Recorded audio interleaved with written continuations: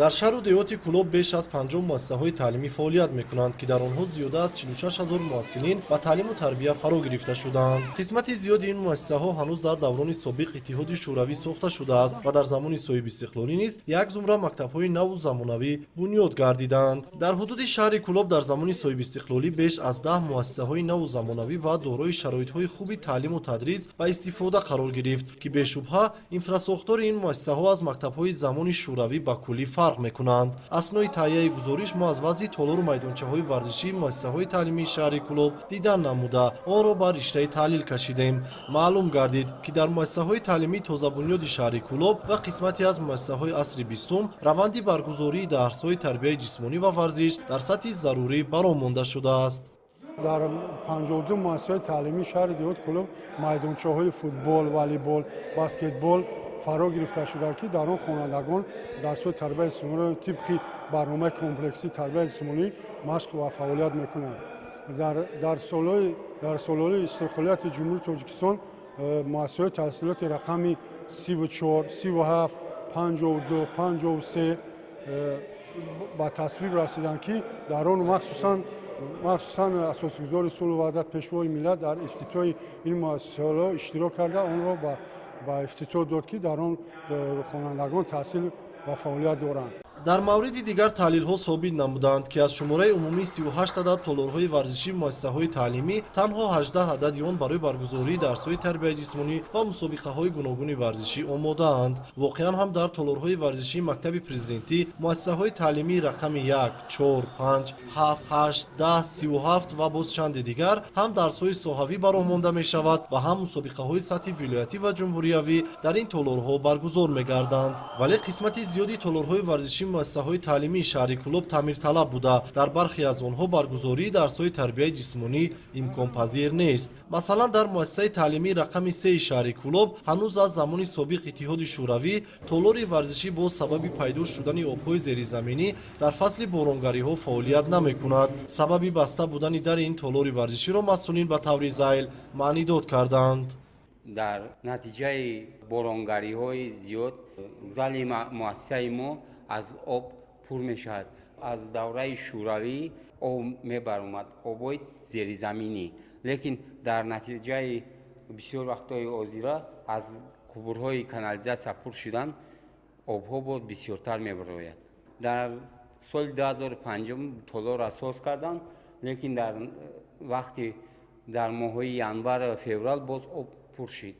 бинобар иттилои муаллимони тарбияи ҷисмонӣ дар рӯзҳои боронгариҳо дарсҳои муассилин дар синфхонаҳо бо баргузории бозии шашкаву шоҳмод гузаронида мешаванд. дар рӯзҳои офтобии фасли сармо бошад, онҳо дарсҳоро дар майдончаҳои варзишӣ ба роҳ мемонанд. вазъи майдончаҳои варзишии як қисмати муассисаҳои таълимии шаҳри Кӯлоб бошад дар ҳолати нигароникунанда аст. майдончаҳои футбол, волейбол, баскетбол ва шаҳраки варзишии баъзе аз муассисаҳо дар ҳолати таъмирталаб қарор доранд. таи 2 соли охир қисмати зиёди майдонча ва толорҳои варзишии муассисаҳои таълимии шаҳри Кӯлоб таъмиру бозсозӣ карда шуда бошанд ҳам, вале қисмати дигар ҳанӯз таъмирталаб боқӣ мемонанд.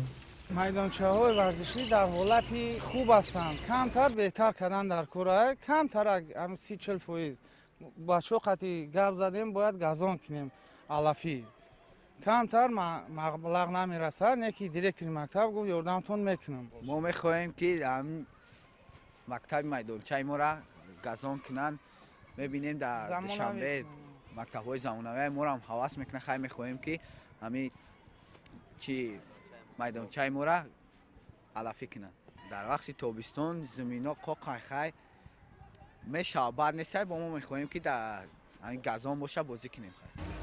замони Иттиҳоди шӯравӣ як зумра майдончаҳои варзишии муассисаҳои таълимӣ беназардошти сабзазор гардонидани майдони футбол ва таҷҳизонидани майдони волейболу баскетбол бунёд гардида буданд, ки ин мушкилот солҳост ки маорифчиёни шаҳри Кӯлобро домангир аст. аммо бо мурури замон зарурат пеш омадааст, ки баҳри бехатарии муассилин бояд майдончаҳои бозии футболу волейбол, баскетбол ва роҳравҳои гирди майдончаҳо барои варзиши сабук аз ҷумла давидан ба масофаҳои гуногун, ҷаҳиш ба дарозӣ ва дигар намудҳои варзиши сабук мутобиқ гардонида шуда бозсозӣ шаванд.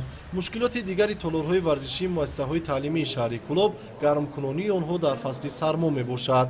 агарчи дар бисёре аз муассисаҳои таълимии шаҳри Кӯлоб таҷҳизоти гармидиҳии шаҳрӣ боқӣ монда бошад ҳам таи 10 солаҳост ки маркази ягонаи гармидиҳии шаҳри Кӯлоб кор накарда пурра аз байн рафтааст. ба истиснои чанде аз мактабҳое ки дар замони соҳибистиқлолӣ сохта шуда таҷҳизоти ягонаи гармидиҳӣ доранд, боқимондаи толорҳои варзишии муассисаҳо аз ин навъи гармидиҳӣ маҳрум мебошанд. бинобар сабаб гузаронидани дарсҳои тарбияи ҷисмонӣ дар толорҳое ки то 20 дараҷа гармӣ надоранд мувофиқи низомнома манъ карда шуданд.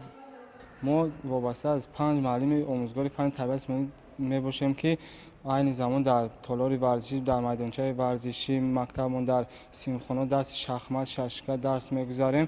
бисёр хуб мешуд ки дар толори варзишӣ мо таҷҳизоти гармидиҳанда муҷаҳҳаз карда мешуд ки мо дарсонро хеле хуб дар толори варзишии мактаб гузаронем. тавре дар раёсати маорифи шаҳри Кӯлоб ба мо иттилоъ доданд қисмате аз толору майдончаҳои варзишии муассисаҳои таълимӣ бо саҳми соҳибкорони маҳаллӣ таъмиру тармим карда шуда то баргузории 30-солагии истиқлолияти давлатии ҷумҳурии Тоҷикистон пурра аз навсозӣ ва ба стандартҳои қабул гардида мутобиқ гардонида мешаванд. мақсад аз таҳияи гузориши мазкур низ рӯнамоӣ кардани мушкилоти соҳа ва бартараф намудани он аз ҷониби масъулин мебошад то дар оянда дар баробари таълиму тадрис солимии наврасон ба воситаи тарбияи ҷисмонӣ ва варзиш ва иштироки онҳо дар мусобиқаҳо таъмин шавад.